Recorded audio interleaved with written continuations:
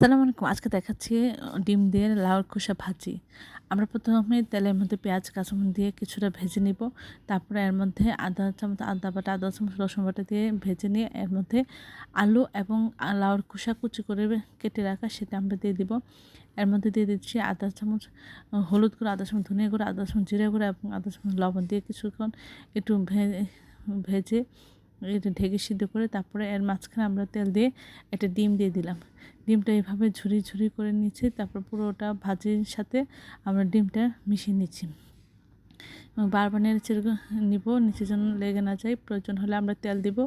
সব কিছু ঠিক থাকলে আমরা নামিয়ে পরিবেশন করব।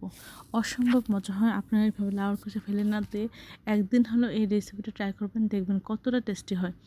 এই ধরনের সুন্দর সুন্দর ভিডিও পাওয়ার জন্য আমার চ্যানেলটি লাইক এবং শেয়ার দেবেন, সাবস্ক্রাইব করবেন এবং প্রিয়জনকে বেশি বেশি করে শেয়ার দেবেন।